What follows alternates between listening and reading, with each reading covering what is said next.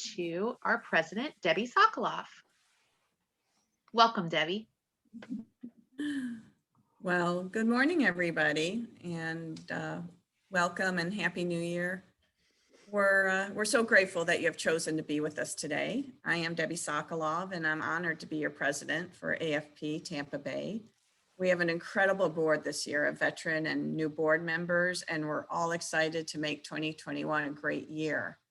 Our programming is starting out in a big way with today's program with Jason Lewis, which is going to be phenomenal. 2021, unfortunately, started off tough for our chapter and our community with the loss of Suzanne Ruley. Suzanne was a fundraising star who was continuously rising. She was the chair of our ethics committee, and I always say that Suzanne is the only person who can make ethics fun. She lost her tough battle with COVID last week, and our hearts are breaking here and around the world. The date for the memorial service has not yet been set, but I'd like to take a minute to remember Suzanne. And I don't want to say let's take a moment of silence, because that's not Suzanne. And I can just see her behind me making a funny face, sticking her tongue out and her eyes crossed, because she always liked to put a smile on people's faces. So just take a minute, put a smile on your face. And with that, I'm going to turn it over to Ornella Varchi, who is our co-chair of our programming committee, to introduce Jason. Good morning, everyone. Thank you so much for joining us today. I'm one of the programming chairs for AFP, and I really look forward to getting to know you, hopefully in person sooner than later. But we look forward to working to bring meaningful programs to you. And thank you so much to Jason Lewis for joining us today. He is the author of The War for Fundraising Talent and the creator of the 4 fundraising frameworks. In the first half of this session, he will be talking to us about discerning between 2 fundraising cultures. And the second half, he will be talking to us about the messy middle. Now I'm going to hand it over to you, Jason. Thank you so much.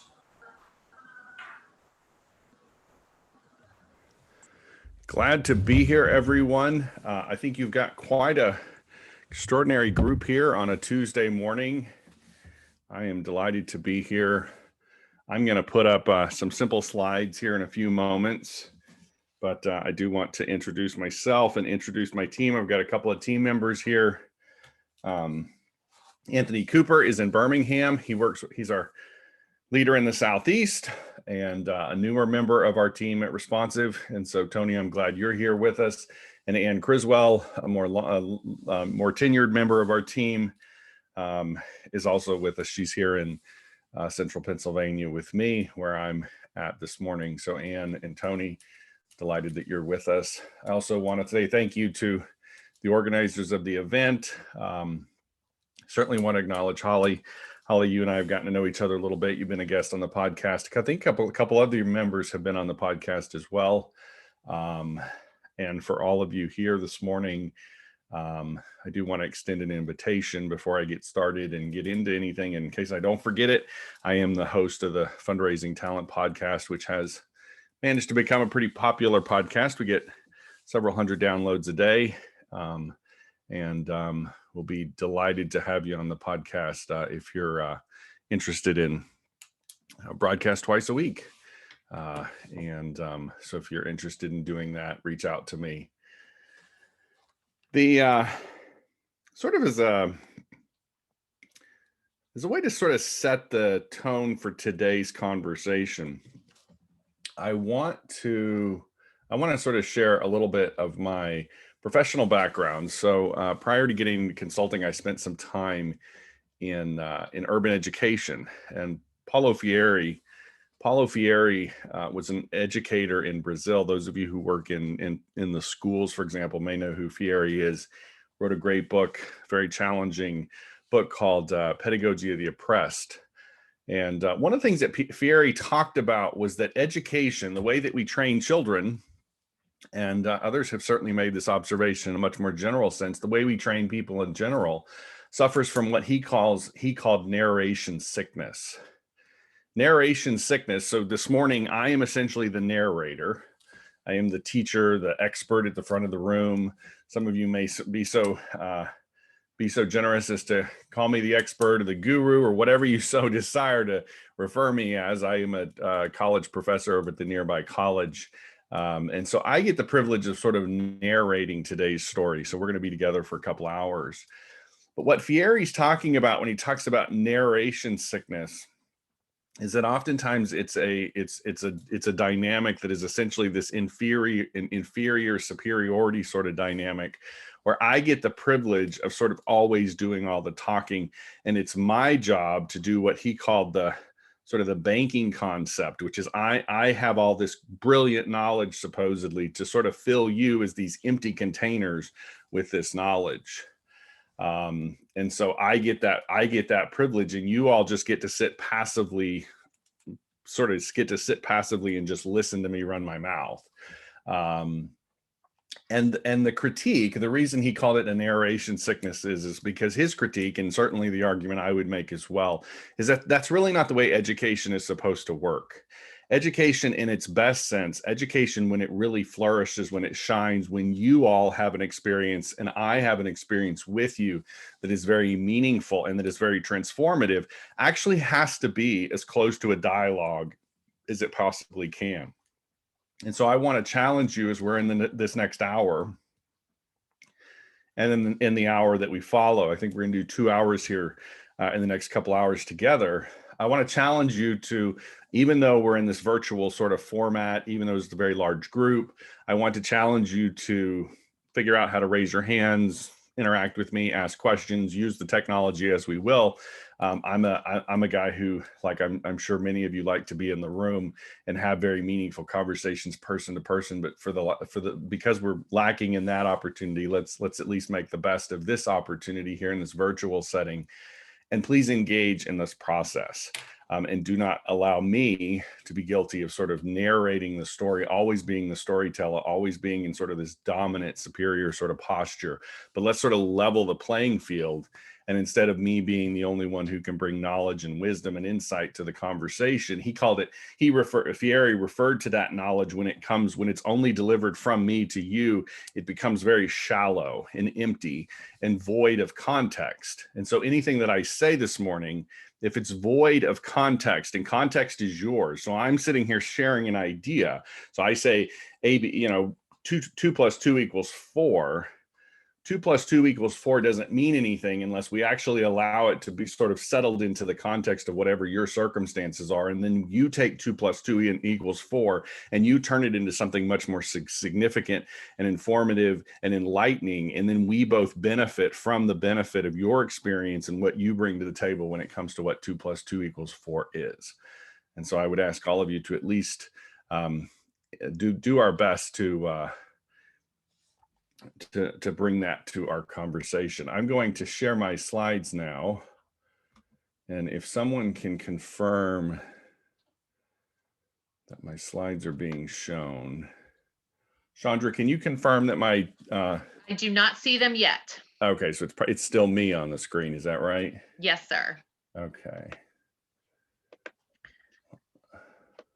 Of course, we had it up and then we tried to mess it up. And then we took it down. I know, it's my fault. And now I can see them. You just got to hit your slideshow and you're good to go. Okay. All right, let's see. Yep. Now we are on the first slide. You're set. Okay. A little bit about responsive fundraising. So responsive fundraising, we describe ourselves as a professional learning community, trying to ruffle the feathers deliberately trying to ruffle feathers in the consulting space, sort of along the lines of everything I just sort of said. I think we need to really be thinking critically about how it is that we consult and share and advise nonprofit organizations. And so a lot of what you're going to hear me talking about this morning is something sort of along that lines. And responsive fundraising is what we call a professional learning community. So we have a team of licensed trainers around the country. Anthony and Ann are with me. Anthony works in the Southeast, but we work with nonprofit organizations and we use what we call our 4 frameworks, the 2 of the 4 you're going to become very familiar with this morning, to train organizations. We're not so much all about training the fundraisers and we're not all about necessarily getting the person in your seat to be the rock star robot, perfect person, everything's perfected, all that sort of stuff, right? But we really want to create organizational settings where a person like yourself and everybody else on your team can really thrive. I'm a baseball guy. I'll probably use a couple of baseball analogies throughout the morning. And I've seen some pretty impressive baseball players in my life. But if you don't give that baseball player a really beautiful ballpark, you don't give him or her a team to play with, you don't give them a competing team to play with, you don't give them a beautiful ballpark and fans in the stand, there's nothing really valuable about just an isolated baseball player. He or she may be, might be able to swing the bat really well and be able to accurately hit the ball. But the value that those of you who enjoy baseball or any other sort of activity of the sort know that it's that environment that we create. It's that environment we create. And so a lot of what we're about at Responsive Fundraising is we have trainers around the country that use these 4 frameworks to train your organization collectively. So one of the things we oftentimes say is we want a shared understanding amongst your volunteers, your leadership team, all of your fundraising professionals, your volunteers, even a number of your donors. We want to sort of align you around a shared understanding of how fundraising really works. And we want to use what are called frameworks. And so frameworks are not these very overly prescriptive models. You won't hear us use, you generally won't hear us use the word models. Models are models are generally an attempt at sort of trying to represent reality. Well, I'm not in any way trying to represent reality this morning with these frameworks. These frameworks are much like the lenses. Those of you who wear glasses understand that lenses are actually something for which you to see reality through. And so we want you to see and understand very clearly what the reality is that you're looking at. And so this morning, we're going to actually talk about 2 different stories. We're going to talk about 2 different stories. You'll hear me throughout the morning use the word story and culture, and systems, cultures, and stories largely for me sort of used interchangeably. So if at any point you hear me use the word story and you're like, I thought he said system, or if you hear me say the word system and you thought I was talking about culture, when we talk about what we call our 2 cultures or our 2 stories or our 2 systems, we're talking about essentially 2 narratives that play out in the day-to-day lives of your organizations. Chandra, if I ask some questions, is it permissible? Can we get people talking for a few minutes? Is that okay? Yes, everyone has control of their mute and unmute on their own. So okay, we are fine if you want to do that. Okay. So the first question, and what I'm gonna do, because in a large group like this, one of the things I've learned is put the questions out in front of you, reiterate the questions, and by then usually you've got people sort of simmering on that. So I'm going to give you a little bit of time, but I'm interested in getting a couple of questions answered. The first question, because I want to talk about culture, systems, and stories this morning. The first question I want to ask is, how has your story as a fundraising professional, not the story that we tell our donors. I totally get the idea that fundraisers and a lot of people in our world today really appreciate stories. And oftentimes in fundraising, we're thinking about the stories as they relate to our donors. But I want to hear some examples of where perhaps the story of being a fundraiser has perhaps let you down. So that's the first question. Where has the fundraiser story let you down? And then I'd like to know, perhaps thinking back on the last year, so thinking back on 2020, and it was a particularly difficult year. It was a particularly difficult year for all of us in a number of different ways. How has that story sort of been, that difficult sort of letdown story sort of been exacerbated, the challenges that we faced in the last year? How have those challenges been exaggerated, been intensified? Were those disappointments? And then perhaps the third question I'm interested in hearing, and anyone who wishes to speak to any of these questions can probably sort of address them all in the same thing. I hope that you're getting through the theme in my questions here. Is what are the underlying things? What are the what are the goals, sort of the things your organizations was looking for, aside from just raising money? What are those motives that your organization was looking for that perhaps contributed to that disappointing sort of story that you have as a fundraiser? And before you begin to answer the question, I mean, let's all remind ourselves, I mean, sometimes we have very tragic turnover ratio. You know, we have a lot of turnover in this field. And a lot of our goals aren't being achieved all the time. And we have a lot of our organizations struggle a lot from donor retention. And so let's just be real sort of level-headed and honest with ourselves for the next hour. I promise that as we sort of come out on the other side of this session and go into the next session, it'll be really an upbeat second session. But for now, I'm interested in hearing some of the stories. So who would, Chandra, you're going to have to help me and figure out who's interested in sort of sharing what some of the maybe the disappointing stories or why the stories let us down. Does anyone would like to share? You can go ahead and unmute yourselves. I have not seen anyone indicate in chat. Don't everyone be afraid this morning. They're all 50 people, afraid. 50 fundraisers. No, I'm just kidding. Hi, this is real quick. Was Hi, that you, Tish? Did I see you? Tish, can you hear me? Yes, we can hear you. Hi, Yes, Tish. we can. Thank you for speaking up. This is Tish. Oh, I think she keeps freezing in Yeah. and out. Oh, wait, no, wait, you're back, Tish. Go ahead. Okay. You're fine. Okay, if you can hear me now, I think one of the things that we faced, at least in some parts of the industry, I am in senior living. Our foundation supports seniors. And I think one of the things was that we really scaled back some of our efforts. And I think, and I can't really say that it was a negative necessarily. We all had to regroup, I think, this past year in 2020. So I say it's a pro and a con, but we really had to regroup and visualize how we were going to deal with it. It presented its own challenges, but I mean, it certainly made things difficult. And COVID exacerbated as it went on. It exacerbated the problem of who makes the decision on what this new reality is going to look like, where our priorities are going to be. So I just think I think that certainly made 2020 challenging. Tish, would you say that there's anything that, were there any assumptions, motives, goals? Obviously, your job description, as well as the rest of your team, have the job description of we got to raise money and we've got to achieve this particular monetary goal in order to keep the organization afloat and to keep the mission going forward.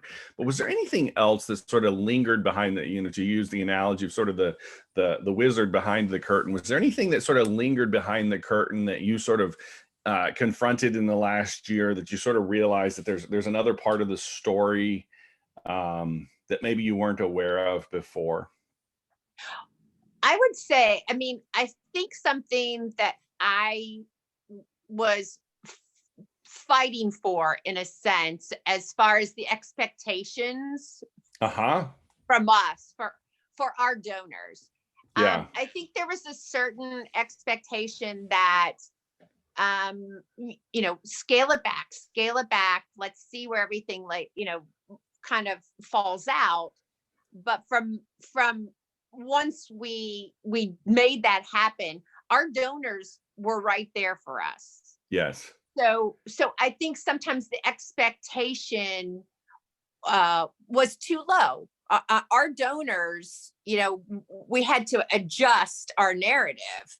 Yep. And our story changed a little bit, but the mission didn't change. And our donors came through for us really very well. So I think, maybe we were just a little late in reevaluating our expectations of our donors. And who If were you- those, before we move on to someone else, and I hope everyone's sort of listening to the exchange between Tish and I, because I hope that maybe perhaps this is sort of getting at the sense of what I'm looking for. Tish, how did that story that sort of caused you to sort of pause, and then that realization that if we tell ourselves a different story, if we're thinking through a different sort of cultural lens, if we sort of see the world differently, that perhaps our outcomes would be different? Because it sounds like within perhaps maybe days, weeks, months, at some point you realized that somebody showed up for you, and perhaps in large numbers, and you were really okay. Am I right?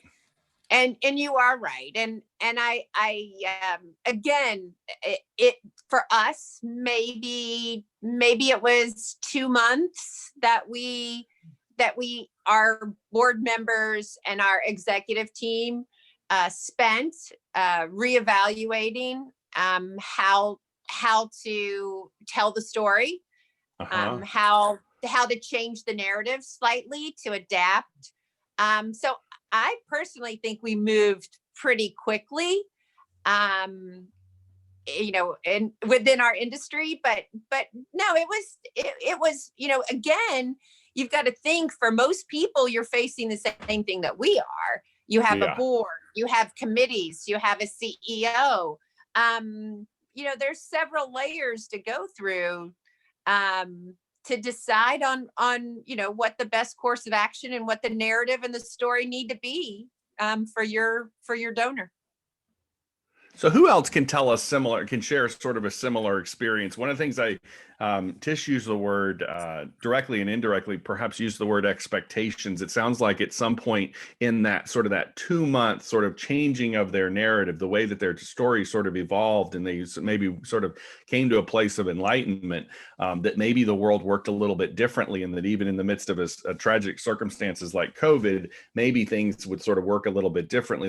Tish, that's exactly what I sort of want to get at today. But who else would sort of maybe describe a similar transition or sort of transformation in the way that they sort of thought about the world, say pre-COVID? And this isn't all COVID related, but it's just a lot of what we're going to talk about today, I think, is particularly relevant to our experience in the last year. Who else would share something along the lines, some additional layering, some additional context to what Tish has already shared with us?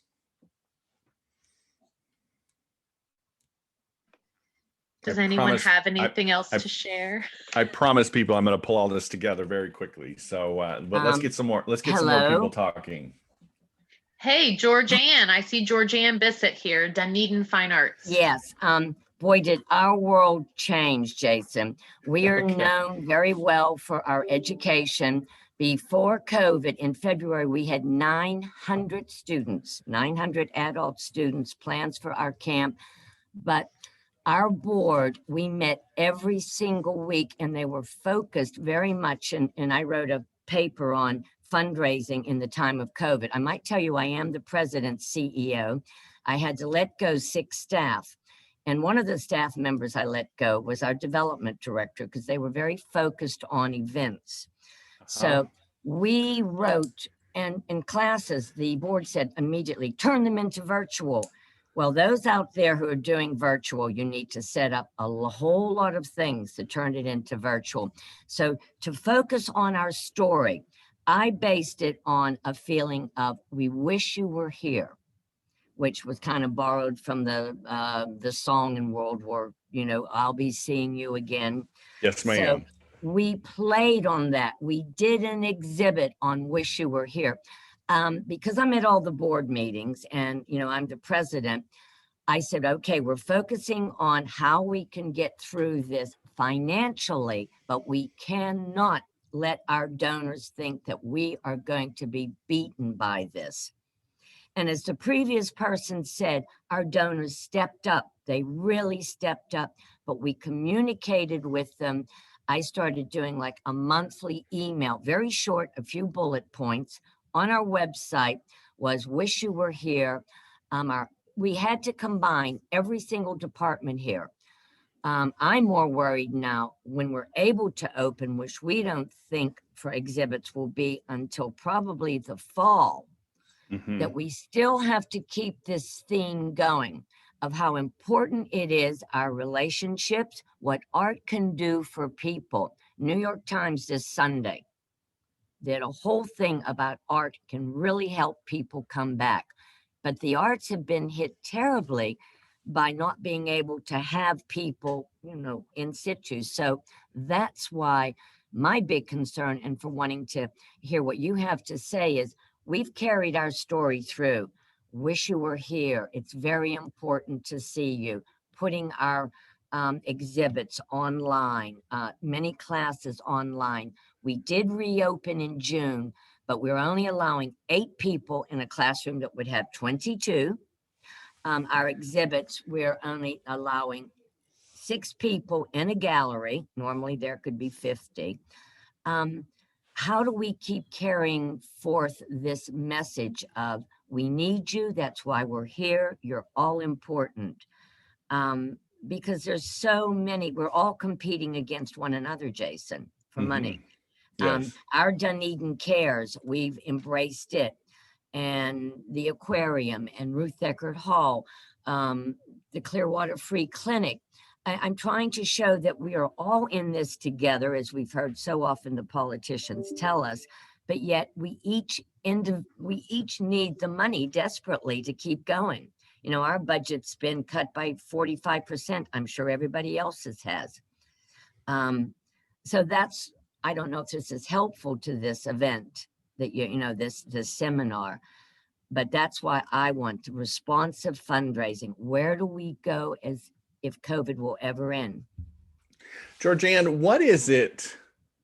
I love that theme, that underlying theme, that message. I wish we were here, because there's as I think I can assure you that as this message this morning sort of unfolds, you're going to understand why I appreciate that so much. But I want to understand, and certainly don't want to sort of critique the individual or even the role, or even the idea of special events very particularly.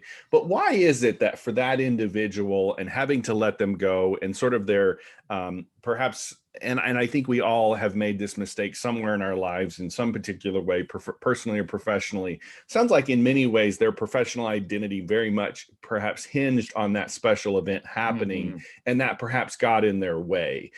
Tell me a little bit more, again, without naming names and being too specific, but how did that story sort of disappoint that individual? Let's sort of understand their story a little bit. Let's be sensitive to that individual. This was your employee, so you probably understand who this individual is as a person. What's the letdown for them? Well, actually, the letdown is that the salary disappeared, but everyone here, I had to let go of 6 staff. I took a 35% salary cut. And then I broke it down to 20%, 25, 20, 15, nothing. But that individual was a wonderful personality, and I have written him superb letters, and he's got a great new job paying more money than he ever earned here.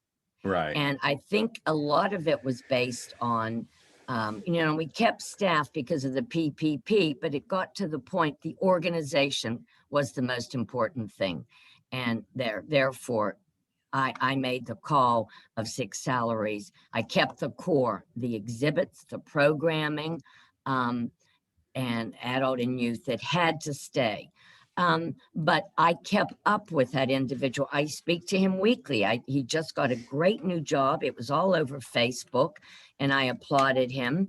And he had never come to AFP. His type of fundraising job had been based in events. And I did say to him, I said, you have to, and I was sending him to AFP because I said, in a small shop like ours, you have got to understand all the prongs of fundraising. You may not be an expert in planned giving or endowment fundraising, but you have to understand that a donor needs more than, okay, how do you thank your sponsors with swag bags, with coming to events? But at the heart of it, they're your sponsors because they believe in your mission. Yeah. I know that. We've had people that have been with us for, well, our founder, Sit and Tell, and many people listening probably know the Sit and Tell galleries. She's been with us since she founded the organization in 1969.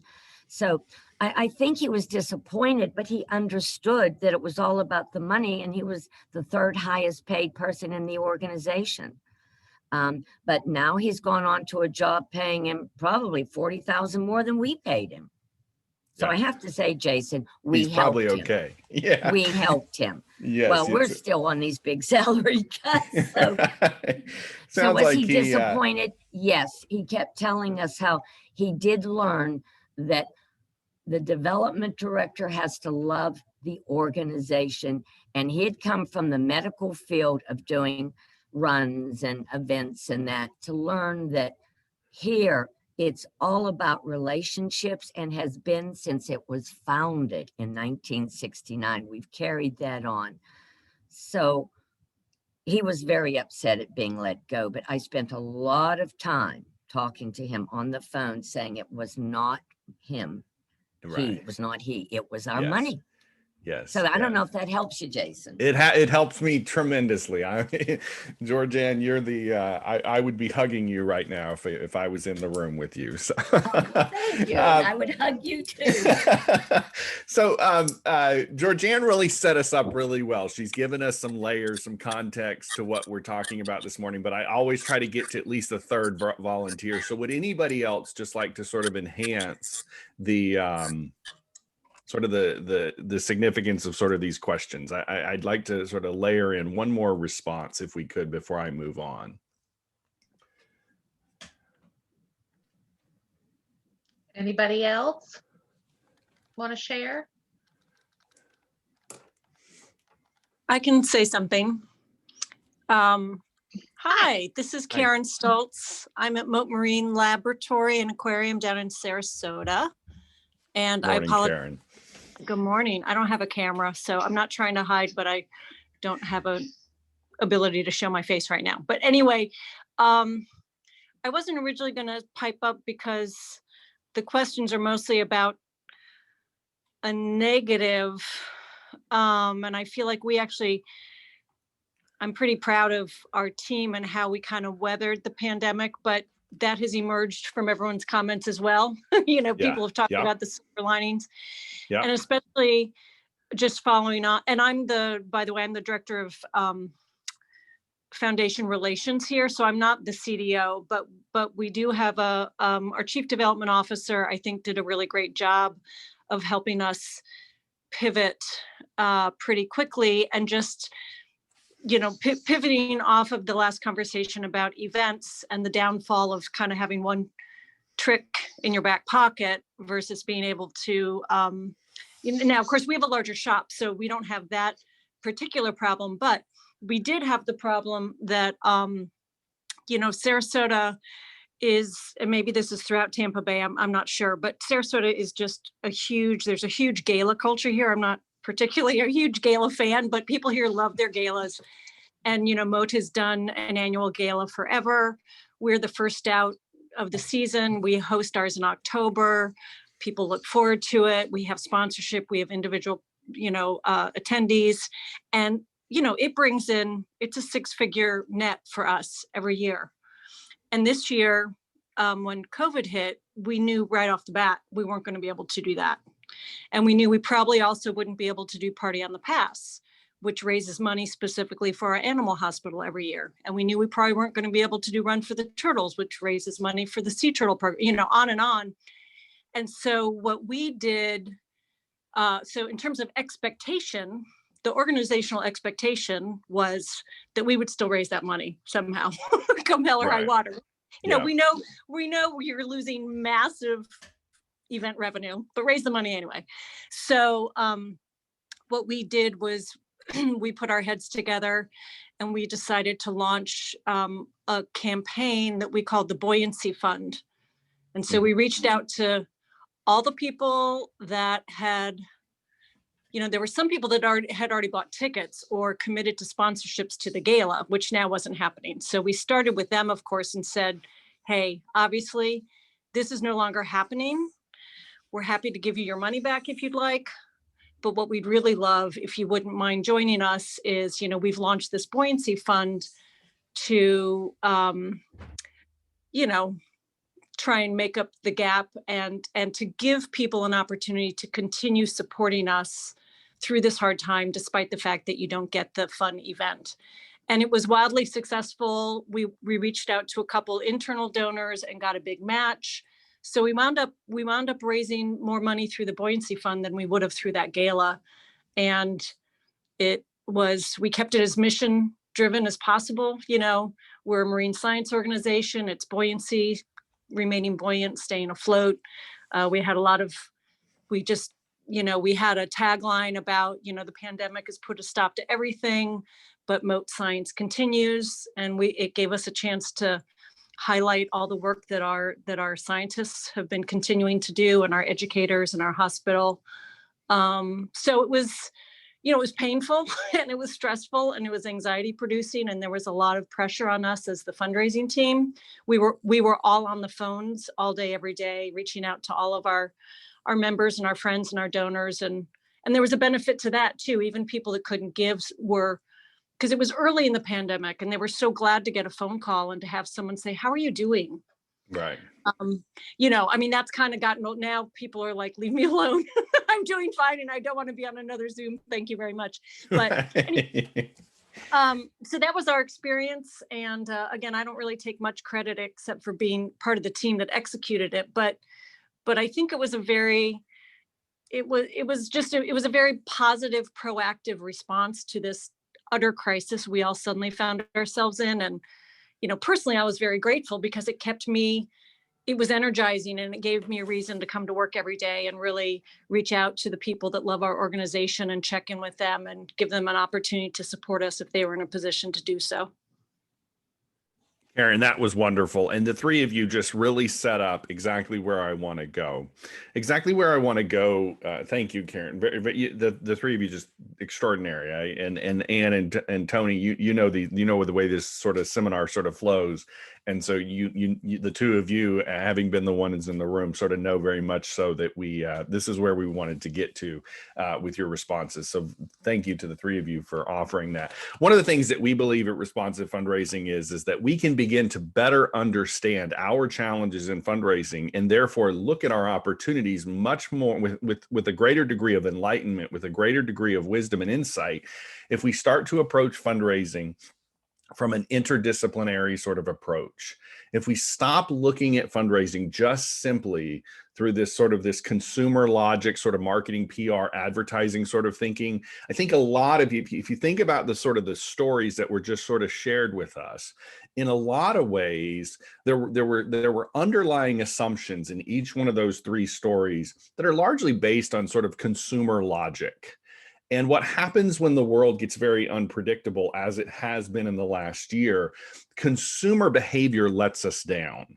And that's one of the first things I really want you to begin to think about as we start this morning, is this idea of let's start thinking about fundraising from a more interdisciplinary sort of perspective, which is to say, PR, marketing, advertising, sort of that consumer science sort of domain. It's relevant, but it's not the only lens through which we can see what we do. Let's also think about economics. Let's also think about psychology. Let's also think about sociology. Let's think about sort of human behavior. Let's think about sort of all those ways that when we were college, we're taking sort of this liberal arts sort of curriculum of study in order to better understand our humanity. That's a lot of what I want you to be thinking about this morning. Is if you listen to the stories that were just told, you heard.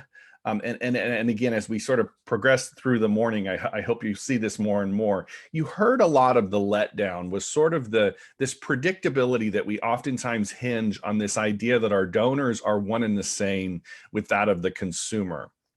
And when the world gets messy, And when the world gets unpredictable, as it has for a lot of you in the room, as it has for me, if I think back on my professional fundraising career over the last 20 years, we've had 3 particularly unpredictable moments in our professional careers. The first one for me was September 11th. The second one was the recession of 2008. And then obviously COVID-19, which has sort of confronted us in the last year. But these are very unpredictable, very uncertain times. And these are also, if you think about sort of the history over the last 20 years in our sector, these are also the times when the sector is the most dependent upon. And so I think what our opportunities are in fundraising and what our opportunities are in a much grander level in the nonprofit sector is to begin to realize that when the world becomes unpredictable, consumer behavior, the marketplace, is going to let us down. Consumer confidence was at its lowest in March. I think it was March 23rd or something. The Wall Street Journal published an article. It was right after sort of COVID had sort of really punched us all in the gut, and consumer confidence had sort of bottomed out. And then again, there was another report in September, probably the third quarter report or something. Consumer confidence had sort of tanked yet again. But I think when we think about, for example, our hinging a lot of our hopes on special events, for example, I want us to sort of pull back the curtain on special events, and I want us to pull back the curtain on a couple of other things here this morning, because I don't think it's actually special events or direct mail or all of the things that perhaps let us down a little bit this year.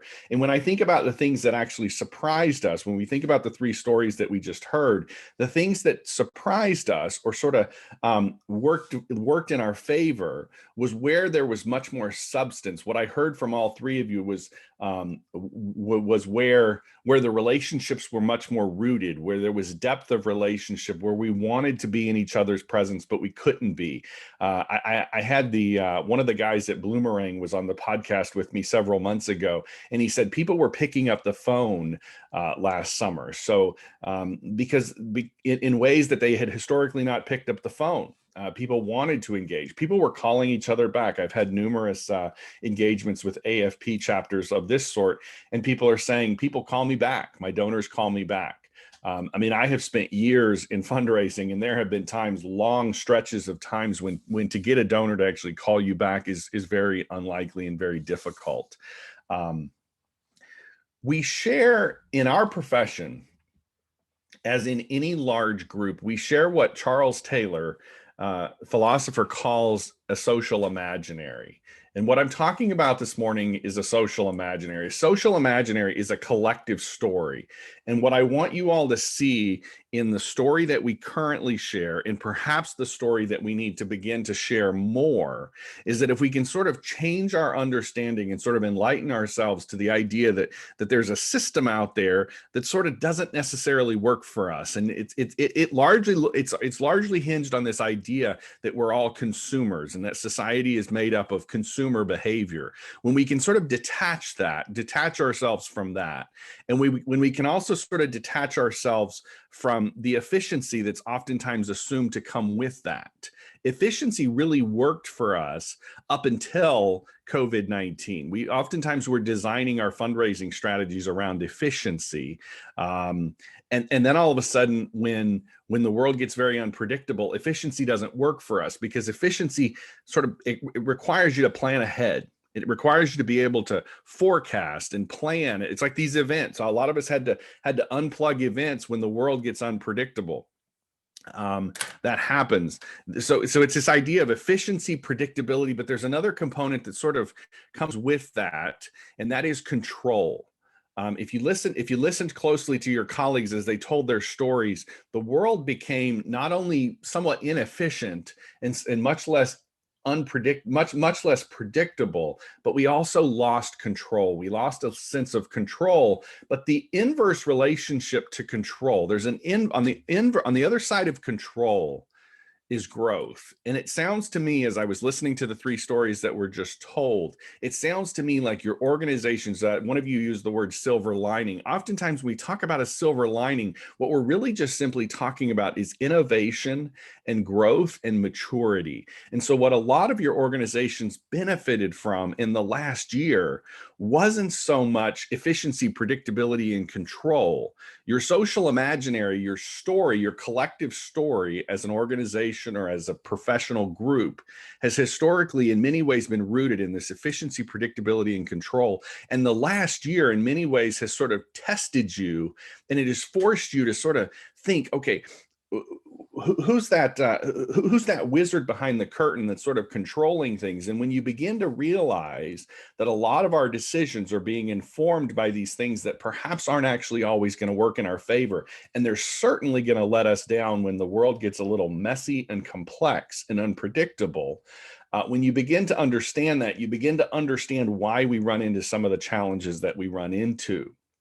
Efficiency, predictability, and control is a lot of what I want us to be thinking about this morning. There's a visual, there's a package that we, Chandra, did everyone get? I think everyone got the package, correct? Yes, it went in everyone's email this morning with a Zoom reminder. So if you look at this particular visual, if you look at these 2 cultural loops here, these 2 stories, these 2 cultural loops, we're talking about an efficiency culture that's largely built on efficiency, predictability, and control. And then what I want us to do is I want us to begin to learn this other story, what we call a responsive culture, or a more responsive story or responsive system. What you're looking at here in front of you is not Jason's brilliance. What you're looking at here in front of you is actually what's called a systems archetype. A systems archetype is actually a modeling, a framework, a lens through which to understand human behavior on a macro level, on a micro level, professionally, personally. These sort of patterns of behavior play out inside of organizations just like they would play out in your household, just like they might have played out over Thanksgiving or Christmas with your family. And there's about 7 or 8 of these that most systems thinkers will reference. This one goes by the name shifting the burden to the intervener. I was sitting in a barbecue restaurant a number of years ago, and I was trying to figure out how to explain to my particular client at the time why they were sort of trapped in this cycle of behaviors that was getting in their way.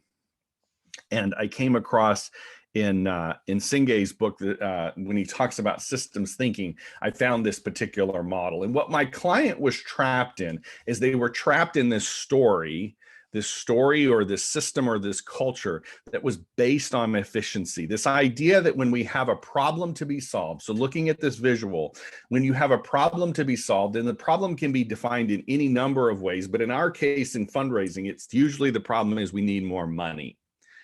And when we need more money, we usually sort of have a choice, and we can either turn to the right or we can turn to the left. And oftentimes the impulse is to turn to what we can do very quickly. We want to, as this particular loop is referred to, it's referred to as a quick fix loop. And what we oftentimes get in that particular case tends to be very trivial decisions, less than meaningful decisions. And so everyone that's sort of in that culture is generally making these very fast, very quick, very how do we solve our problems quickly sort of culture. And if all of you think, as we were listening to some of the stories that we just heard, if you think about what sort of transpired in March and over the last 12 months, if you think about it, a lot of us realized that you couldn't really fix your problems very quickly. And so this quick fix loop that we tend to get into, add another event, put another letter in the mail, all of these sorts of things, when the world gets messy, complex, and sort of unpredictable, everybody slows down. That's why consumer confidence sort of tanks, because we start to stop, we sort of pull back on our decisions, and we stop making these trivial decisions. We become much more intentional. Is there anyone in the room, this is one of the places I like to ask another question, is there anyone in the room who can sort of remember a point in the last 12 months, last 6 months, where your organization or yourself, maybe even in your personal life with your family members or your spouse or someone that you care about, became much more intentional? Would anybody volunteer a thought on that point?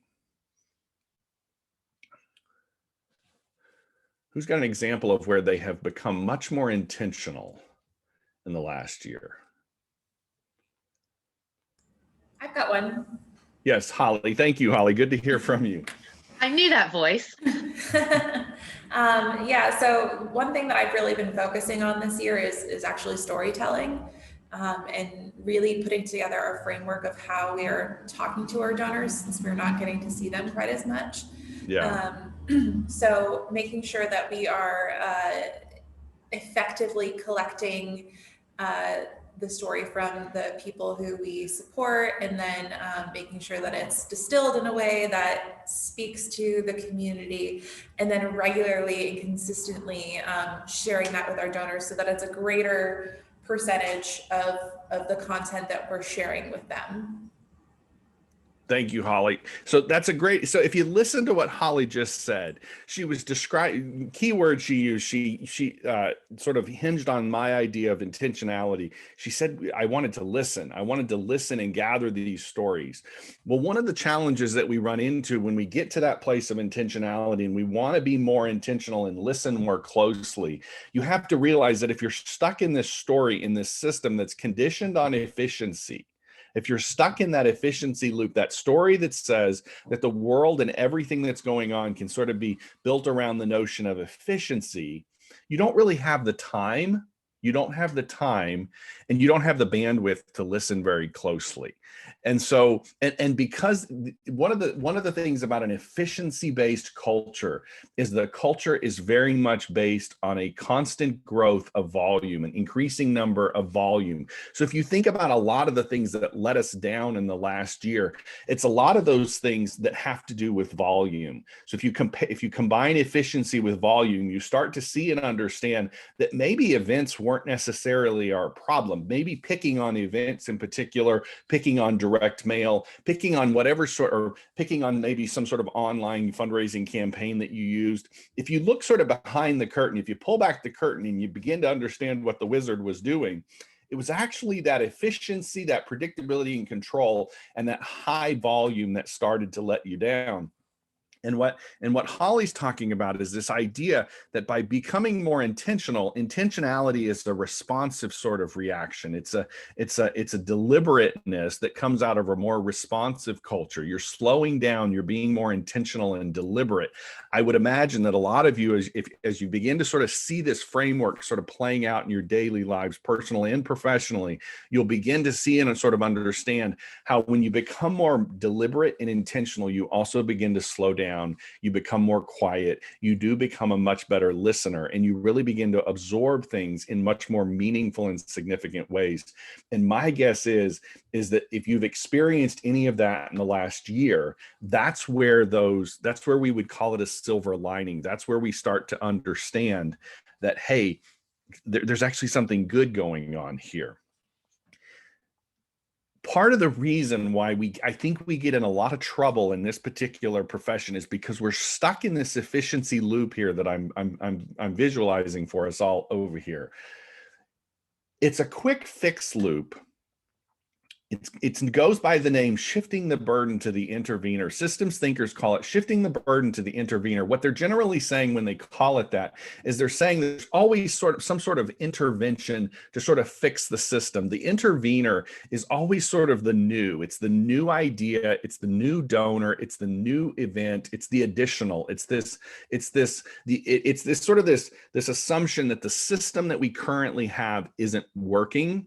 And so we've got to always acquire, and we've always got to have something new in that system. And that's part of that trap that I think we get into. Systems thinkers will call these traps, systems traps or cultural traps, is that we get trapped in this notion of the new. And this gets back to consumer behavior. If you look at your cell phone, my guess is that any number of us in this room probably have 3 or 4 different versions of the cell phone, the iPhone, for example. The only way that consumerism really works is to always be introducing the new, is to always shift the burden, whatever that need is, whatever that problem to be solved is, always has to assume that there's something new and additional out there. And we've gotten stuck in that in fundraising. We've gotten stuck in this efficiency culture that says to solve our problems, there has to be this quick solution. And this quick solution is going to be done very predictably, very efficiently. We're going to feel in control, and it's usually going to come from something new. So we're going to add this event. We're going to add this new donor. We're going to take on this new initiative. And it becomes this hamster wheel. It becomes this hamster wheel. And this is where we start to talk about being burned out. This is where we start to talk about how this wheel keeps turning, but we're not making any progress. And the reason we're not making any progress is because an efficiency culture is what, if we were talking to somebody in agriculture, so those of you who work for like an environmental organization or something will understand this language. But what that efficiency culture creates is what's known as a monoculture.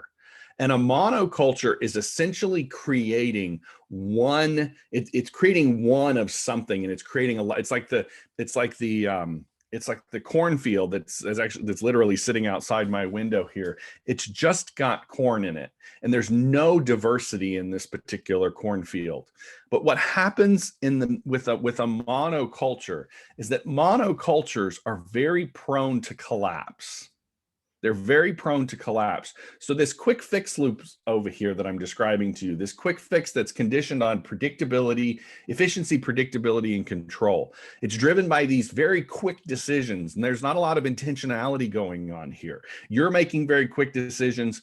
Your donors are making very quick decisions. Lots of impulsivity going on here. But the other thing about a monoculture, which is essentially what we're describing, is everybody's sort of all experiencing the same thing. We're sort of trapped in this experience the same way. So you expect, rather than your donors having these very unique and individualized relationships with you, you've got hundreds, if not thousands, of donors in your direct mail file. You've got hundreds, if not thousands, of donors all showing up, feeling like they're being herded into large rooms and all taking part in the same sort of, poorly prepared chicken dinner, salmon, or whatever you're preparing. Everybody's sort of feeling like they're being herded in like cattle, and they're all experiencing this monoculture. And what happens when the world gets messy and unpredictable and complex is this monoculture collapses.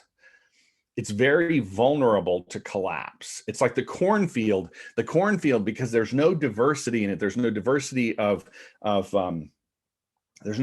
experience. There's no diversity of decisions that are being made. There's very little diversity in it. And so when a pest or a predator or something comes in, it will demolish that. And that's essentially what happened in the last 12 months for a lot of organizations. Is we were stuck in this efficient loop, this culture, this system of behavior. We were all sort of doing the same thing. We're doing it very quickly. Special events being an example, and any number of other sort of rhythms. This was a story that was playing out, and it's going to let us down. It's going to let us down.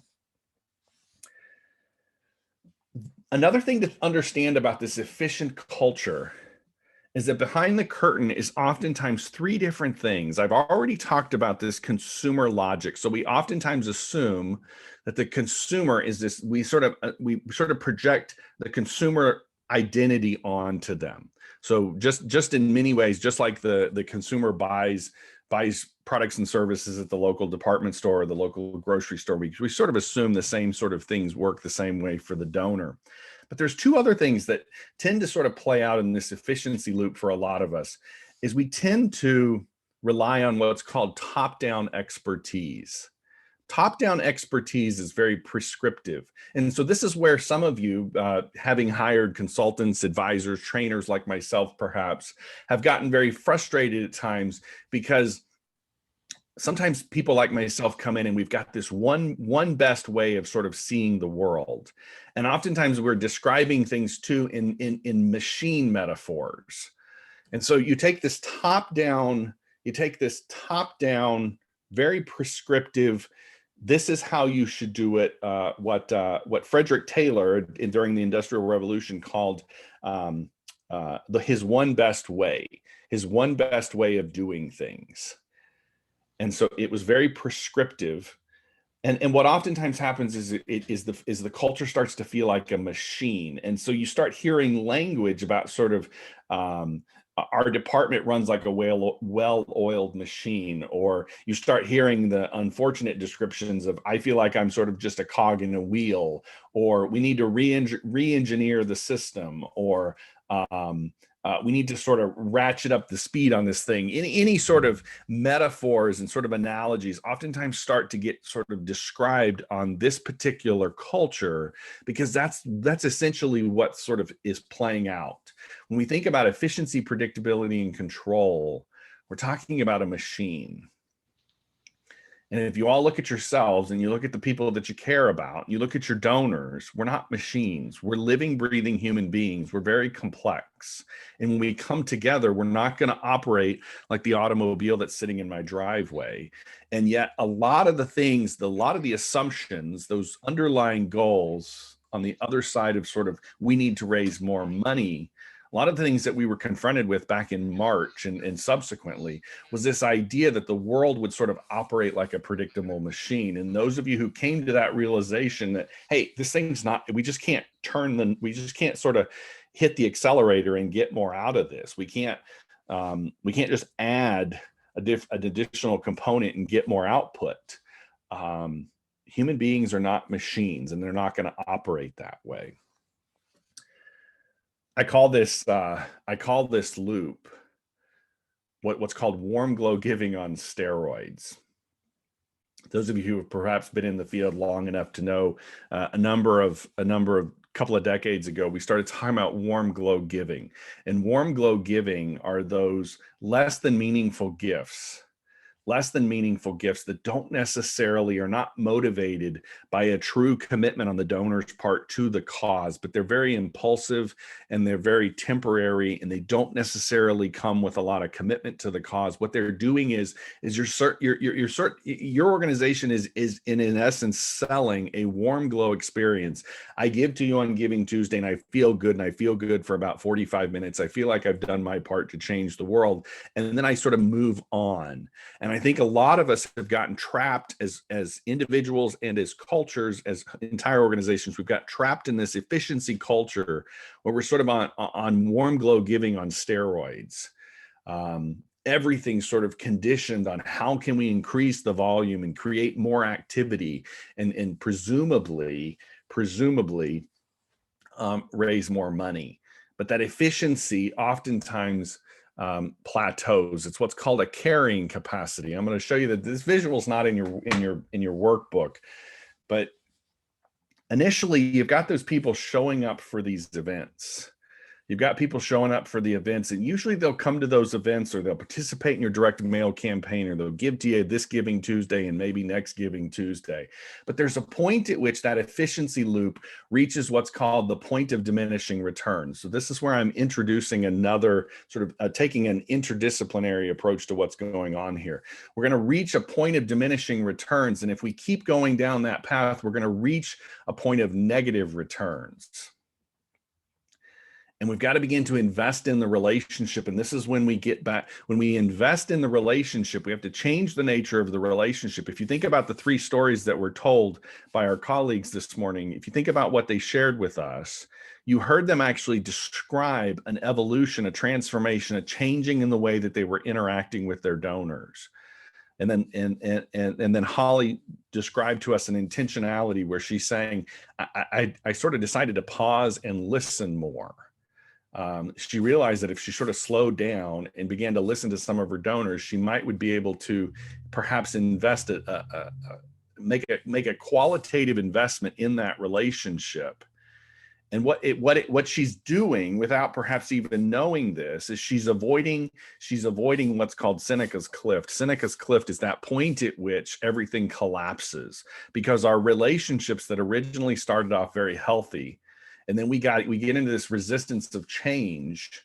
A lot of us, I think, for perhaps the last several years, sometime between the last recession and now, have been stuck in this resistance to change. And a lot of us are talking about the need to have more qualitative relationships with our donors. But then when something like COVID-19 comes along, we get to the point where whatever we're doing, those events, those direct mail campaigns, what I call arm's length fundraising tactics, sort of reach the point of negative returns, and we just sort of fall off Seneca's cliff. We sort of collapse. And collapse, when we talk about Seneca, when he talked about collapse, he talked about growth being very incremental, that it was sort of this uphill climb, but then collapse just happens all of a sudden. And so some of us, I'm sure, if you think back on a couple of the stories, there were components of what we were just describing very briefly of a very, all of a sudden everything just sort of fell off. And what we've got to begin to see is that if you're stuck in this loop, if you're stuck in this efficiency loop, you're trying to balance the expectations of relationships with the investment of relationships. And where some of you this year learned, what some of you learned in the last year is that as the expectation of those relationships changed, you had to invest in those relationships. And what you really did collectively as an organization is you began to move into what's called this responsive culture. And so you started to make much more meaningful decisions, perhaps much more significant decisions. And consequently, you expected your donors to make those same types of decisions. So by slowing down and perhaps talking to more of your into your donors in much more meaningful and significant ways, you also in return expected them to make much more meaningful and significant decisions in return. Is there anyone, as I'm sort of describing this, I'm hoping this is sort of coming together, and I'm going to continue to piece it together some more before we wrap up this first session. But is there anyone who sort of really starting to connect the dots between how perhaps prior to March 2020 and now they've become perhaps a much more responsive culture? Or maybe you've historically experienced this transition in your work and you totally know what a much more responsive sort of pattern of behavior looks like. Is there anyone who would sort of share what this actually feels like in a very tangible, experiential sort of way? Give us some more context, if you will.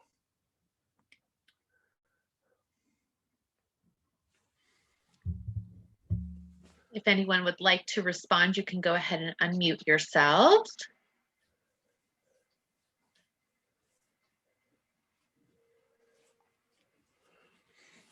Who has experienced that hamster wheel that sort of makes you feel burned out? And then maybe you've made a transition to another job, for example. You've been stuck in that hamster wheel, that quick fix loop, and then you get into another job and you start to slow down.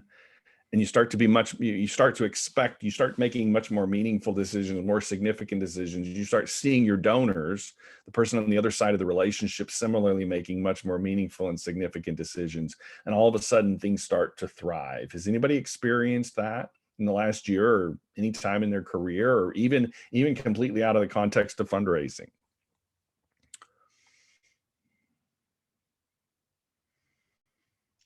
Since everyone's quiet, I mean, I can say from my perspective, just in the adaption of dealing in this kind of new environment, what it all goes down to the expectations and taking a moment for yourself to slow down and think about life. You don't have to change jobs to think. Yeah. But you got to slow down, and that's been the hard part, I think, for a lot of folks. I think for many. Anybody else? I think for many of us in this line of work, the predicament that we've gotten stuck in, those of us who have perhaps encountered places where we're constantly feeling burned out, constantly feeling like we're sort of having to defend the role that we're in, constantly trying to rationalize why we interact with the donors the way we do, constantly trying to convince the boards of the bosses that we should be doing this differently.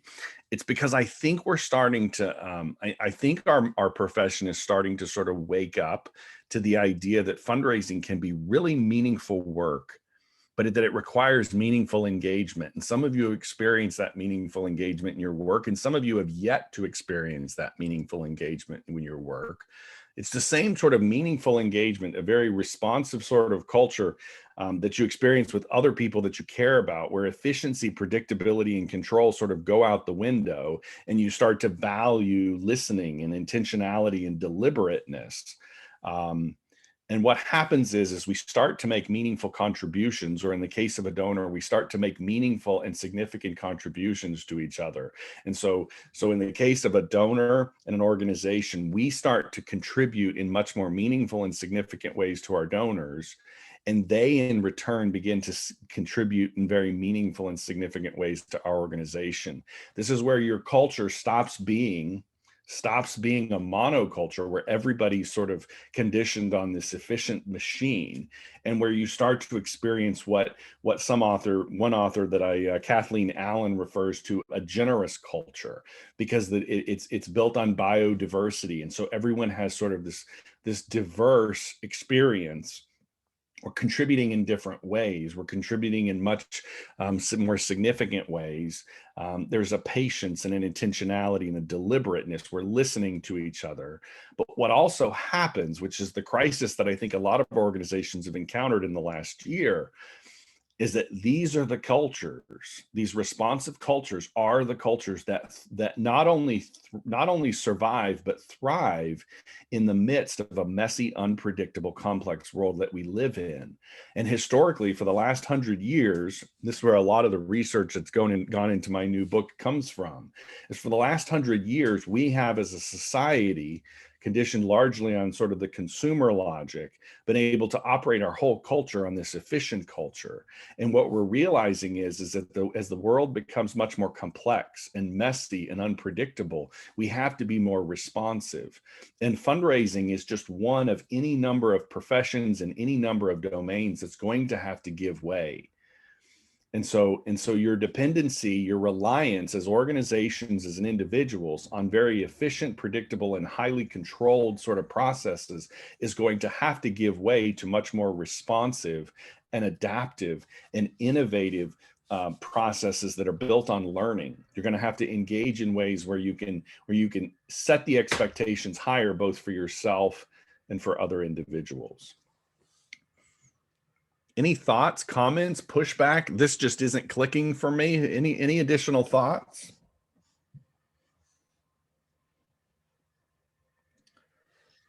And is this a time, Jason, if anyone has any questions on your first session? Yeah, we've got one more major point. It's that side effect loop. It's that side effect loop. But before I get into that, I really want to make sure that we're kind of describing these two cultures. We've got this quick fix loop and we've got this fundamental loop. And the loops are basically being characterized by a change in the decisions that we're making on each side of the relationship. Is there any questions that anyone has before I sort of wrap up and explain this side effect loop?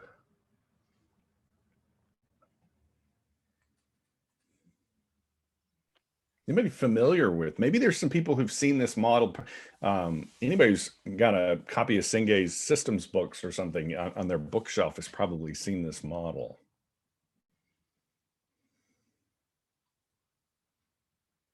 Everyone's cold here in Florida. It's very hard to get That's motivated. I'm just I've kidding. still got them though. I think you're just, everyone's so into what you're sharing. It's awesome. Okay, so let me explain this side effect loop. So I get really frustrated when I hear my colleagues, the experts, the gurus, the professional, the people who are supposed to have all the answers, who get esteemed up on the stage, and they get to have the privilege of sort of speaking in a posture like I am. They get up on the stage and they say that professional turnover and donor attrition are our problem.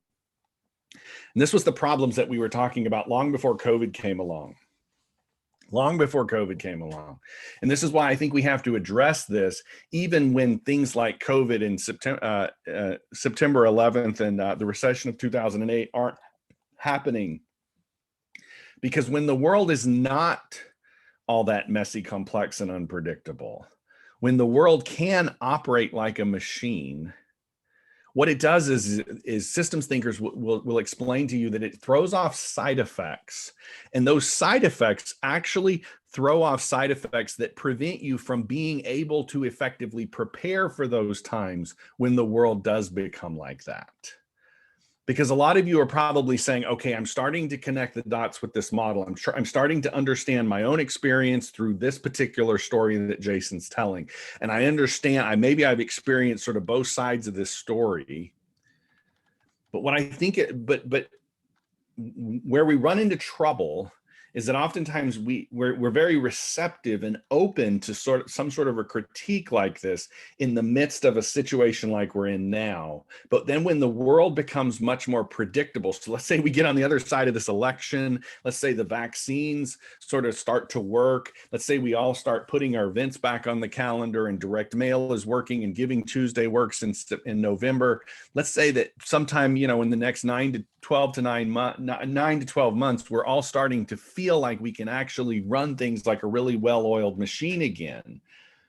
Where that becomes a problem is that particular loop throws off what are called side effects that undermine your ability to build on a culture that's much more dependent on more meaningful and significant decisions. And oftentimes that side effect happens in the form of a delay. So you don't actually see it right away. So you're sort of on this hamster wheel of events and direct mail and Giving Tuesday and whatever you can do online. So you're doing all these high volume, very predictable, highly efficient activities. It's generating significant revenue. The margins are perhaps not all that great. But what we don't see is that it's throwing off a side effect largely because the metrics are so based on this quick fix, this very high volume, highly predictable, making us feel in control, that it won't allow you to move into this more responsive culture, because the metrics to move into the responsive side of this story actually requires you to change your metrics. Whereas in the efficient culture, for example, we love to talk about in our space, we love to talk about renewal rates. We have to renew our donors every 12 months. Sorry, folks, you're not going to renew every relationship. Every meaningful relationship in the responsive culture will not renew in a responsive culture. To be more responsive to your donors is to acknowledge that sometimes donors are not going to renew in 12 months, and you're going to have to stop slapping yourselves on the hands and firing your development people because your renewal rates are down. Sometimes meaningful relationships take longer than 12 months and they don't work on a schedule. We're talking about human beings here who lose their jobs, who have to deal with ups and downs in life and those sorts of things. And sometimes a 12-month, very mechanical process doesn't actually work. We like to say that in fundraising, our problems is this notion of professional turnover and donor attrition. Professional turnover and donor attrition are simply two sides of the same damn coin. It's the same coin, two different sides. It's a side effect of being stuck in this particular culture. And that delay is about the same 18 months. We oftentimes hear development officers stick around for 18 to 24 months. That's about how long a development officer and a donor has to sit in an efficiency culture to realize that this relationship's not actually going anywhere before they go looking for something somewhere else, or before the boss says, you know what, you can't make things happen the way we need you to be. And so you get scapegoat for the reason that the organization can't accomplish its goals. I think I shared this at the very beginning of the presentation. This particular model, this is where I'm wrapping up. I want to see if I can get someone in the room. I hope we're not totally quiet on this point. This particular systems archetype goes by two different names. I told you earlier, it goes by the name, most systems thinkers will refer to it as shifting the burden to the intervener, but there's another name that they will use. Anyone who has been in the mental health space, anybody who is a counselor, who's in maybe has credentials in family and child counseling or something, may be perhaps very familiar with this systems archetype and actually calls it by a different name. Does anybody know what that name is? It's just one word. Someone put in chat projection? Question mark? It's always interesting to hear what guesses are. That's not it, but that's an interesting one. So pencil that down for yourself and contemplate why that is when I tell you what it is. Any other guesses on what the other name is that systems thinkers and people who study patterns of human behavior call this particular model when they're explaining this pattern of human behavior? Who's got an idea?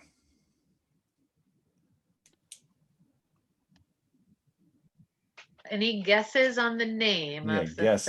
third? And you don't even have to, this is a very simple question. You can just type it into the chat box if you'd like to. Chandra, you can tell me what, I can't see the chat box right now, but you can tell me if anybody's. How about victim blaming? There we go. That's good. I like that. See, when I start to hear these suggestions, I know things are clicking, you know. I'm like, okay, somebody's getting it. Oh, we have inane.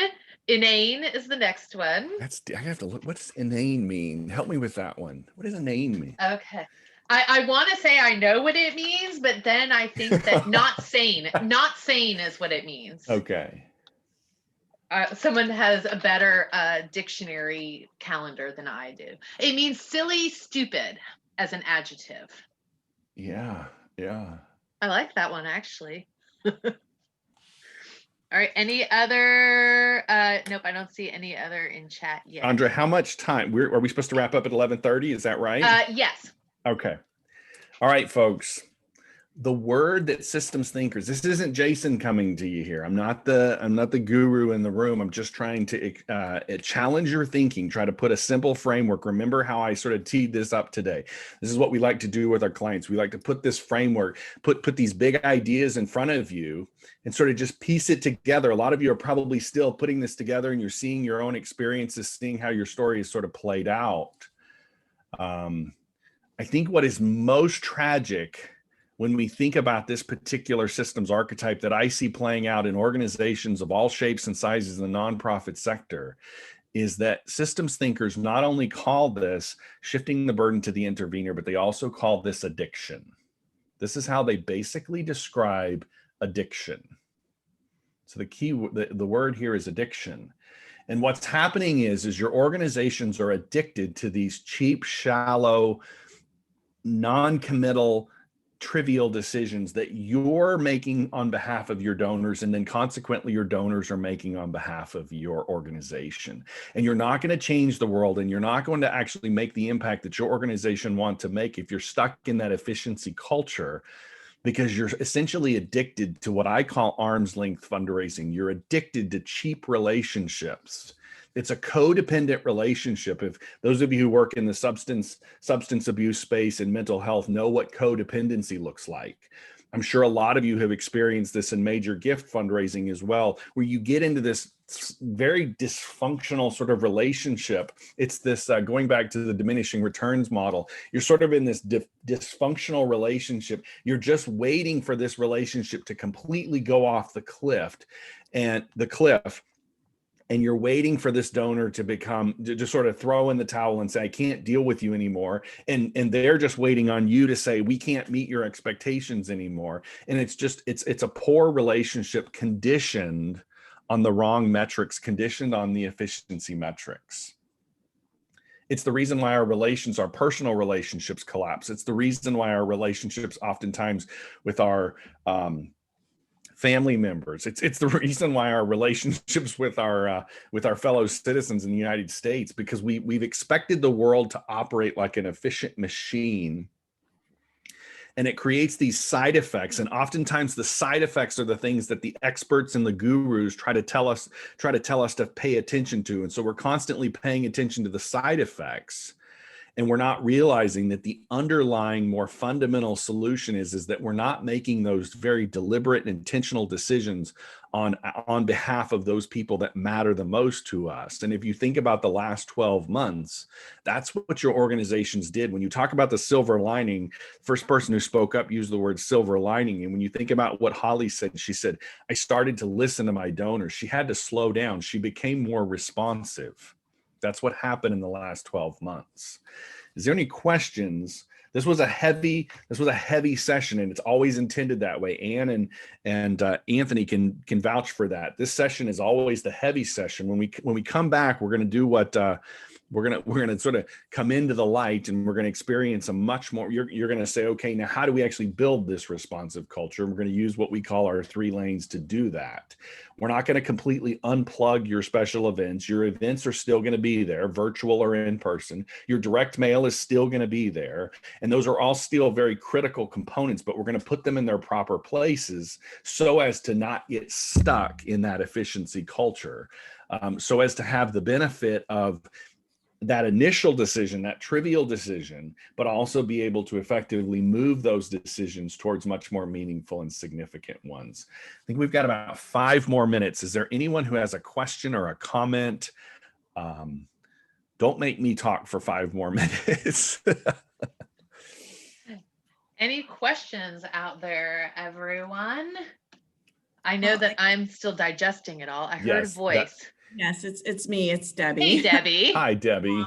And I kind of have a comment and a question. So I think, when we talk, what you've been talking about, the listening and being responsive, it's us with the donor, but especially when the side effect loop comes into play, it's leadership. I mean, that you have to, leadership has to be listening to you unless you're the leader.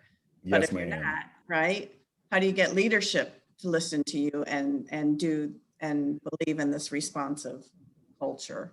Because a lot of leadership, they like the numbers, they like that efficient culture. Yes, they do. Yes, they do. And that's exactly why.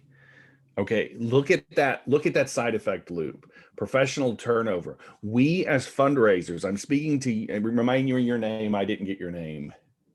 Debbie, we're being scapegoated for a culture that's not of our creating. And you yourself are not Superwoman or Superman and cannot go into an organization and change this. And this is why I started it. If you remember at the very beginning, I told you all that we have to create baseball parks where beautiful baseball games can be played. These are organizational concerns. These are not because you're a sorry fundraiser and don't know how to do your job. This is because you're exactly right. This is a leadership concern. And so when we come in to work with an organization, we put these very thought-provoking models that are not supposed to be prescriptive, but they make you think. And so all of you are sitting here and you're looking at this, and some of you are probably still somewhat resistant to the idea and maybe sort of pushing back, and maybe something hasn't clicked. But we've got to really get into that, Debbie. We've actually got to get your leadership. We've got to get your board.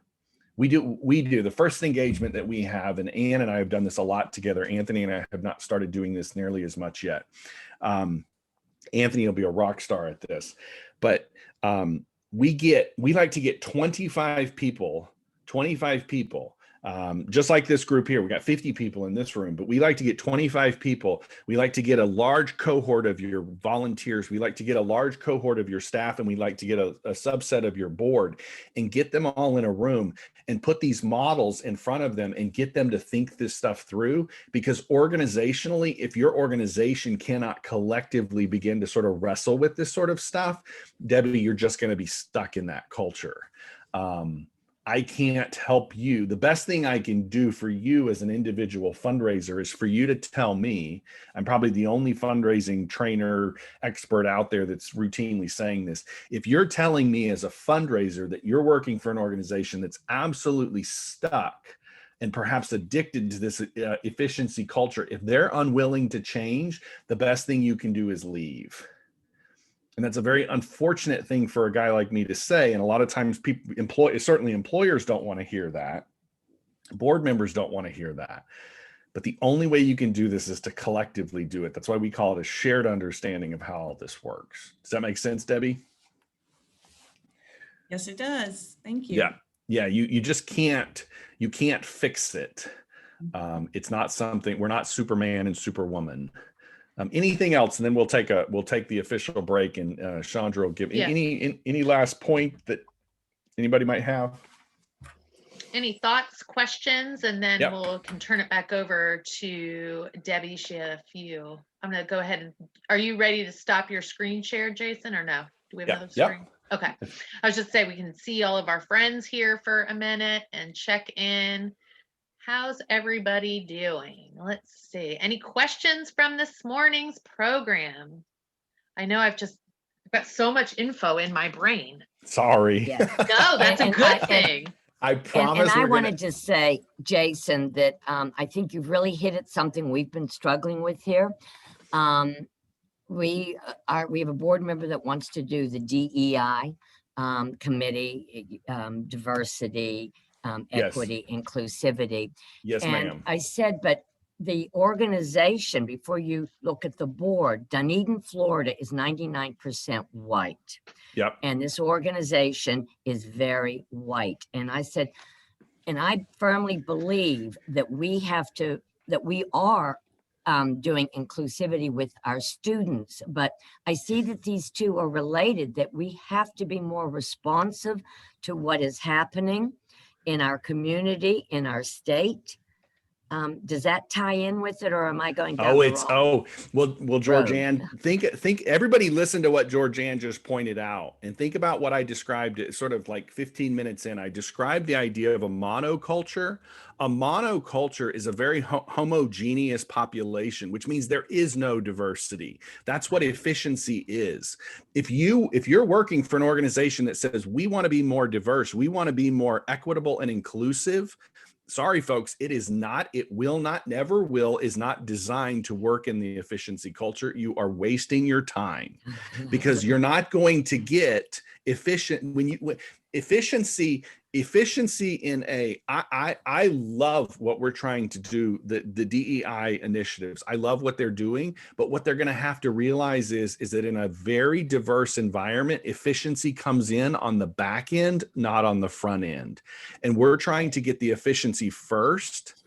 And what you're going to have to do is you're going to have to say, okay, in order to be a more diverse population, which is to say we want to hire a more diverse staff, we want the diversity of our employees. Maybe we want the diversity of thought. We want people who think differently, or maybe we want our donors to look like other people other than just old white guys, for example. There's a lot of old white guys in your databases.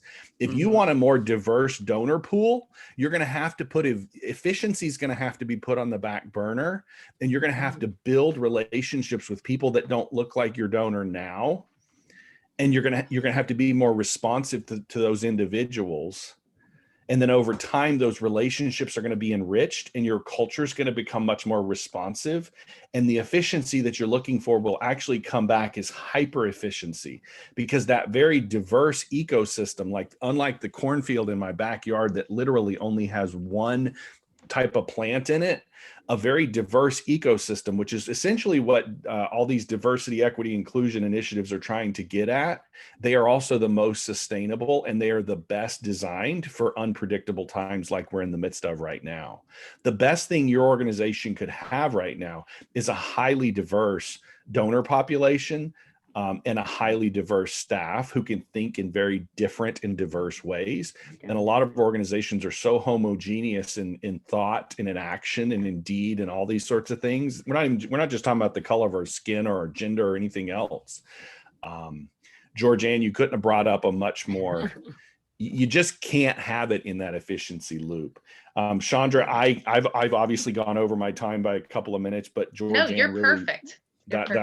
That's a great point. Chandra, we're going to meet back in a half hour. Is that right? No, we're actually, because I think you have your second program is an hour, correct? Yes, ma'am. It's about the same length. Yep. All right.